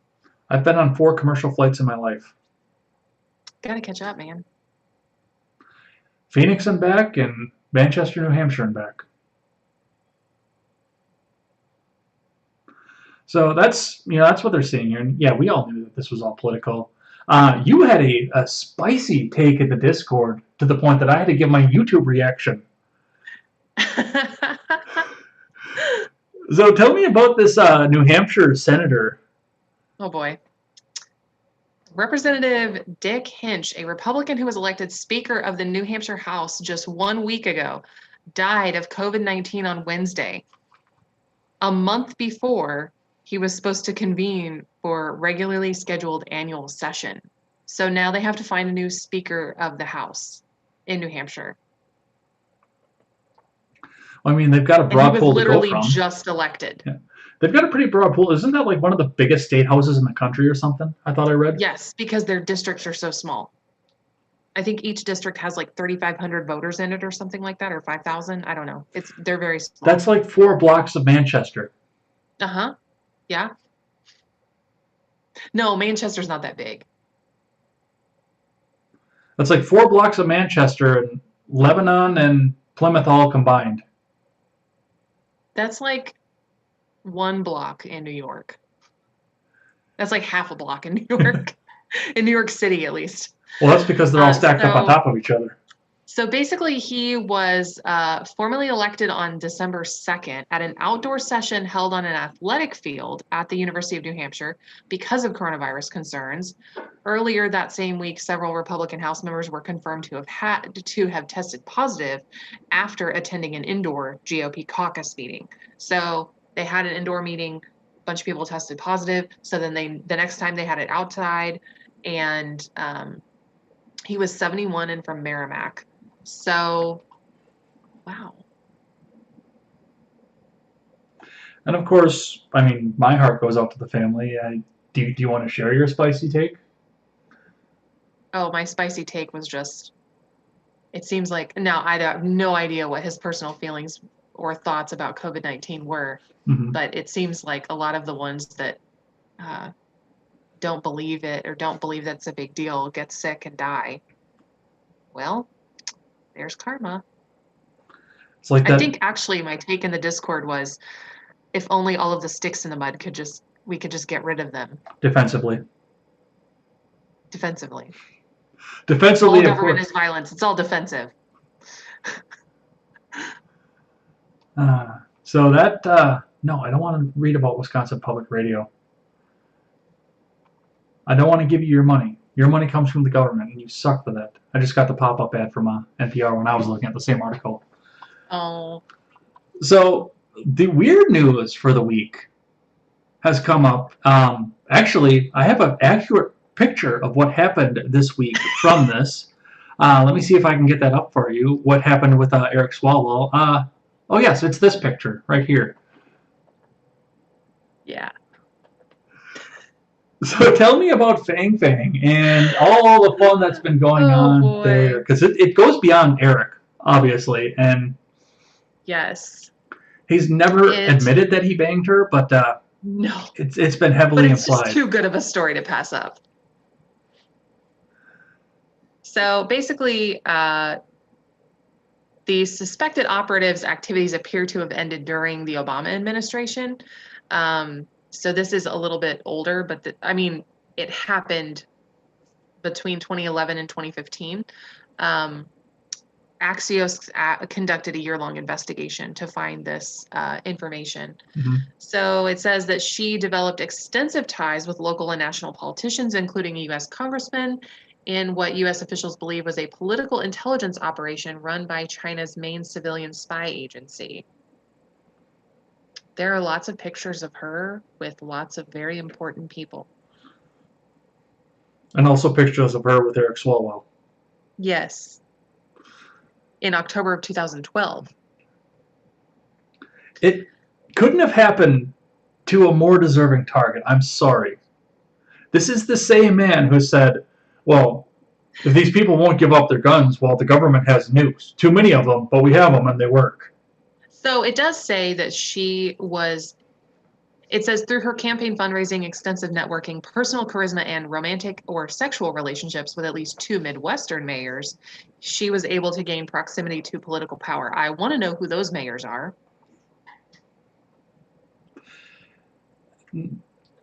I would have to look into the Axios article to see, but it's been a few, I know that.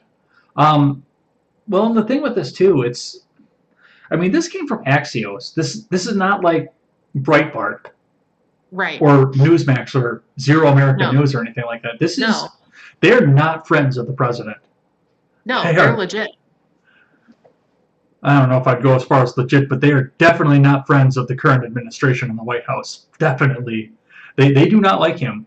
But it was interesting. I don't know if you saw the rest of the articles that I had on there, but I had one from the Daily Wire because Swalwell decided he was going to fire back on this, and he accused the Trump campaign of leaking the report connecting him to the Chinese spy. It's way down in the extra reading. Yeah, well, his statement said that long ago he provided information to this person whom he met more than 8 years ago and whom he hasn't seen in nearly 6 years to the FBI. So he was contacted and interviewed, and apparently when he found out, he cut off all ties immediately, according to an intelligence official, and he's not actually been accused of any wrongdoing. So she actually left the United States in mid-2015 amid the investigation, but she did not respond to any of the attempts that Axios made to reach her by email or Facebook. Oh, you don't say.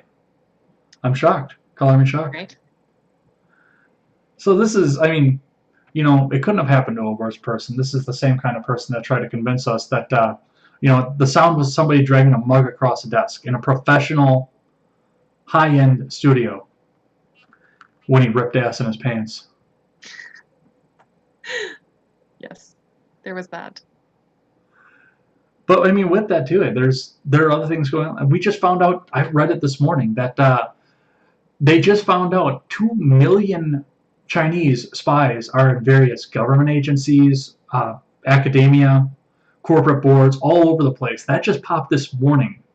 So the whole thing with China, and especially with everything that's going on with Hunter. And everything that's going on there's something going on here, and I don't know if we're just being fed the new script for next season of the Federal Apprentice, or if there's something that we actually have to be concerned about. Train says, I'm sure Vern Troyer was involved somehow.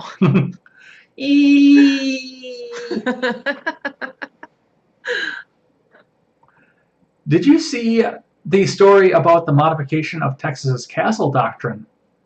No, that's one of the ones I did not get a chance to read. So, coming out of Houston this week, a bill came up seeking to modify Texas's castle doctrine, cause a stir ahead of 2021 legislative session. Out of Houston, a bill seeking to modify the so-called castle doctrine in Texas is getting lawmakers riled up ahead of the legislative session that begin next year. The castle doctrine is outlined in the state's penal code. It gives people the right to use deadly force to protect their land or tangible, movable property. However, State Representative Terry Meza out of Irving filed House Bill 196 in early November that would modify part of the code to require a person to be unable to safely retreat before they could use deadly force to protect their habitation or property. It would also remove robbery and aggravated robbery as crimes that could be legally stopped with deadly force by the property owners. And Abbott's already come out and said this is going nowhere. Yeah. I can't imagine that they would even vote on it because they know he's going to veto it. Yeah. I Oh, think it'll either die in committee or it'll sit on somebody's desk and it'll never get presented to the floor. now Mez's justification for presenting this bill, and I quote, was no. I'm sorry. Stealing of a lawn ornament should not be a death penalty offense. We don't have castle doctrine. We do have duty to retreat in Wisconsin. I don't observe duty to retreat. If somebody comes into my house with the intent to steal or harm, I'm not going to stand here and ask him questions as to which one he's going to do. Right. Now, I am willing to say, hey, I've got a gun, or fire off a warning shot, just to make sure that he has a chance to modify his behavior before I take the next step. I mean, everybody gets a chance to change their mind. Right. Right. But I am not going to retreat in my own home. That's not going to happen. No, and you shouldn't have to. There was another rumored post coming from Meza that I've never been able to confirm. The Red I did see that one. Redbeard Libertarian posted it up in a group chat that I'm in with him that said that the robbers only carry weapons for self-defense. It was awful. I have never been able to confirm whether or not Meza actually said this, but it has been attributed to her. But if you go through her actual comments, it's really not that far off. It's bad. Yeah. So that is what's happening in Texas, and that's probably going to be dead on arrival too. Yeah, I don't think it's going anywhere. Like I said, it's not even going to make it out of committee, or it's going to sit on someone's desk, and it's just not going anywhere. It's Texas, of all places. All right, I've got one more here to talk about, and it's something that you brought to my attention here, and then we're going to do surprise stupidity. So tell me about Polymer 80, because you brought up a blog post, and then I was able to find it on CNN, of all places, because I didn't think for shit that the mainstream was going to talk about this. They did, but they buried it. It's not going to go on the front page. Right. So, of course, it starts off with these 3 unconnected attacks in Southern California, and they are definitely trying to appeal to your emotions. And they're saying that they had one thing in common, according to federal authorities. So-called, quote-unquote, ghost guns recovered by police during their investigations all trace back to the same company in Nevada. So they went to this company, Polymer 80, based on suspicion that it was illegally manufacturing and distributing firearms. The ATF's investigation was centered on the company's buy, build, shoot kit, which consumers can purchase online and then assemble at home to create a fully functioning weapon. Guns produced from such kits are known as ghost guns because they do not contain serial numbers and are considered untraceable. These guns have drawn the ire of law enforcement officials in recent years as they have been recovered at crime scenes and in police investigations with increasing frequency. So the CEO and co-founder of Polymer 80 said it was a big surprise when agents raided the company's facility in Dayton, Nevada. He declined further comment in a brief telephone interview, noting that agents remained on the property carrying out their search. So one of the attorneys for the company said in an emailed statement that the company has a history of cooperating with the ATF and will continue to do so.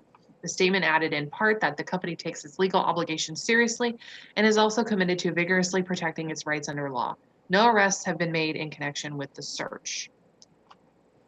So the kits are subject to federal gun laws, such as background checks on buyers, which it appears that Polymer 80 does not conduct, the affidavit accuses. In addition, the document states it appears that Polymer 80 shipped items to individuals determined to be felons and otherwise prohibited from purchasing or possessing firearms. Well, and that's, I mean, what's actually restricted in the U.S. by all these anti-Second Amendment laws is it's not the whole gun itself. Let's like if you Sean Duffy, former Wisconsin. Go away. Oh, sorry. No, that was me. I had to get my surprise stupidity article up here. What's going on with this, and what's actually regulated on a firearm is it's the receiver. I mean, you can put whatever barrel, stock, I think sometimes trigger onto some of these things, but it's the action in the receiver that's what's regulated in these situations. So that's where they're coming out with the ghost guns. But I mean, they're going after these companies trying to stop the ghost guns. I would say probably about 2 years ago, I had a long formal Lincoln Douglas style debate with Robert from the Generational Gap, about gun control. And one of the points that I brought up, because I was on of course, the anti side of gun control, it all came up because he was kind of schooling John on gun control, and I didn't like it because John was flailing. So I stepped in and said, "Okay, let's do this," and we'll do. We did it on a charity stream. Well, we did it on a charity stream too. So we got a bunch of money for, I believe it was St. Jude's that we were doing charity for off of this. But we sat and we had the discussion about this, and one of the things I brought up is the fact. I mean, I'm from Wisconsin, and you're from Indiana. We're in big manufacturing states. There's a lot of CNC around us. There are a lot of people that are very skilled in CNC, and there are a lot of people that are very skilled in just regular lathes. So even if you get rid of all these companies like Polymer 80 that supposedly don't have a serial number, even though I believe that they do, people can still make this stuff. I mean, you can smash every machine in Polymer 80 to bits, and there's still going to be somebody that knows how to machine a receiver for you. Yep. Or 3D print it. There are a lot of things I would do before I fired off a 3D printed gun. I like having hands. I've seen great demos of those. I don't trust a plastic firearm. I'm sorry. I will take mine cast and machined out of nice, solid American steel. If I prefer. True. Well, we'll see what comes of this. I want to keep an eye on it and see what happens, if they bring charges, if they find the company, what the next steps are. I think it's just California looking for something, looking for a boogeyman, to be completely honest. I don't think they have standing. Well, I mean, it doesn't matter if California wants to or not. It's federal now. Yeah. Because it's across state lines. Oh, it's across state lines, and it's firearms too, so the FBI has to be involved. Yeah. Yeah. So we'll see. All right. I have got surprise stupidity. You're probably familiar with the story. Everybody's familiar with the story. I'm waiting. These are always good. This, like I said, you know this one. You know, we all know this one here. So this week, get the article back up here. This week, reported by the New York Post, a mall Santa dropped the hammer on a little boy who asked him for a Nerf gun for Christmas, telling the bawling kid that he would not bring him the toy. The politically correct Kris Kringle was caught on video asking the child what he wanted for the holiday, according to a Facebook post by the boy's mother. And I actually pulled up and reframed the video so that it doesn't get taken down from YouTube here, and we can actually listen to what this exchange sounded like. So let's have a listen. Hey, bud. What do you want for Christmas? Give me a second.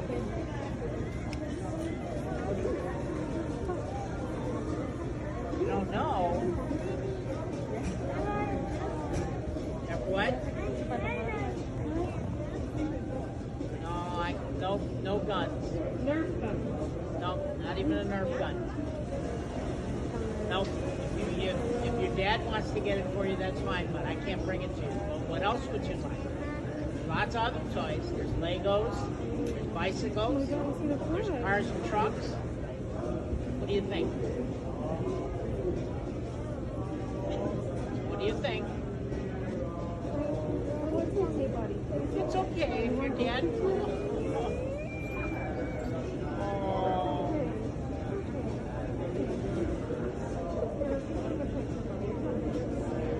Don't cry.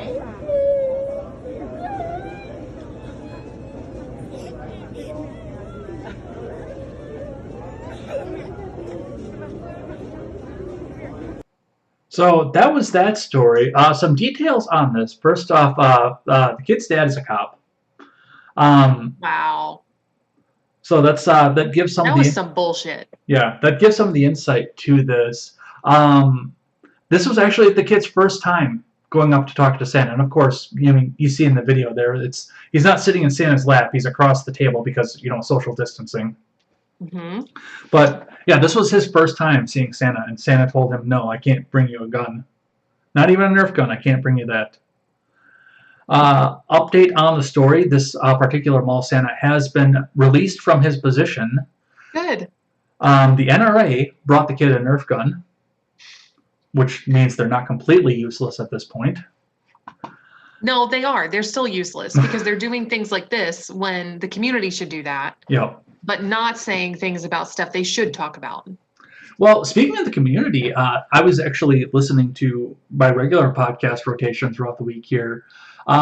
Steven Crowder invited the kid on, dressed up as Santa, told the kid that he was the real Santa and he was going to get him all kinds of toys, which the family then turned around and gave away to charity because he had already had plenty of toys coming for Christmas. And that was the kid's decision, too, to give a lot of the stuff. He's a good kid. That's sweet. That's good. I didn't watch I mean, this was surprise stupidity, but this was not one that made me laugh. This is one that makes me mad. Well, it's still stupid, but yeah, it's what kind of Santa does that?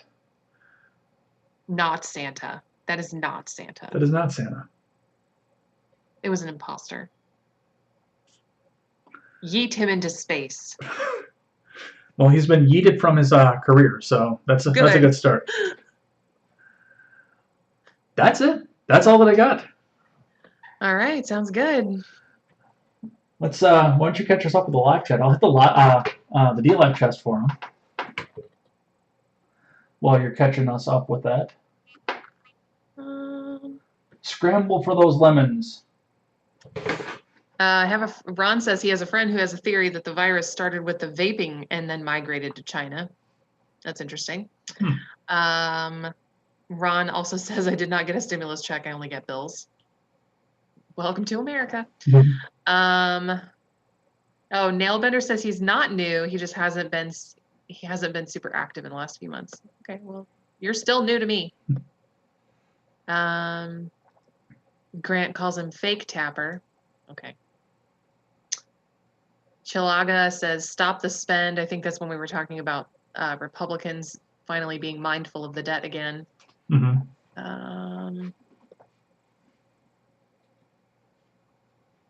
Ron says, The Spy Who Shagged Me by Eric Swalwell, soon to be a minor made for television movie. I actually caught that when he said that. He put that in before we were talking about that story, too. Yeah.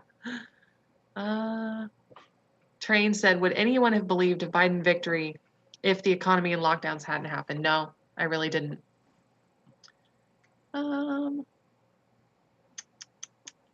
Ron also says it's wild the key districts that Biden needed to win also had a lot of inconsistencies and shady practices.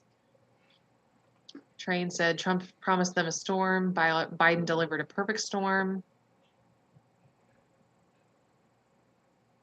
And Ron says that he is convinced it was stolen because of the dozens of video testimonials of poll watchers and workers.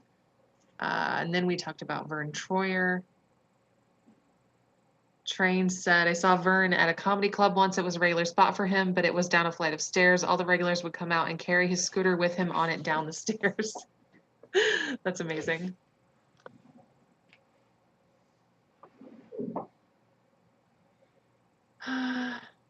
Ron says, I bet it was a lot of technology espionage. No, it sounded like it was just information gathering. Like she was trying to learn their habits and their social media, their preferences, whatever. I don't know. If she slept with some of them, she probably got dirt on them. Probably. Yeah. And then I think we already went over the quotes from what's-her-face from Texas. Spartan says that's Stalin as Santa. Yes. And Chilaga said the first Soyel. I don't know what that means. It's a play on the first Noel. Okay. But with soy. Okay. Is that it? Yep, that's it. All We're right. at the end. Well, thanks everybody who came and hung out with us through this, kept us on topic, kept us ongoing, and made sure that I knew that my microphone was having problems. I guess I'll be going and fixing that after we get off the stream here. So be checking that out. Make sure everything is good and ready to go for Contemporary in the Morning, which I'll be back here for that. And remember, if you're just catching up now or want to catch the rest of the show, we are back available on demand over on YouTube and over on BigShoot.com. Come on over there. Check us out. Subscribe. That is linked in the description below. You can hit the like. You can hit the subscribe and leave a comment so we know that you watched there. And lastly, make sure you go over there and check out freedomscoop.com and gunmomfashion.com. Go out and pick up some of our swag. Help us support great creators. It always goes to a good cause, so make sure you go back and check that out. I will be back here in the morning for more contemporary, and I'll be back here next week for the Red Ned Show. You will be out next week. Yes, I will. I'm going to be in Florida. I stream from Florida, just saying. But we will work around that. We will make sure that goes. So come back and check us out for all the other shows and everything else on the Freedom Scoop Network. Looks like the generational gap will be going on a little bit later on tonight too. So definitely looking forward to that. And lastly, never take the words of bloggers, podcasters, or journalists as gospel. Find all the facts and draw your own conclusions. Elaine, lead them up for the week. Okay, I hope you guys have a great week and make good choices and be safe. Take care.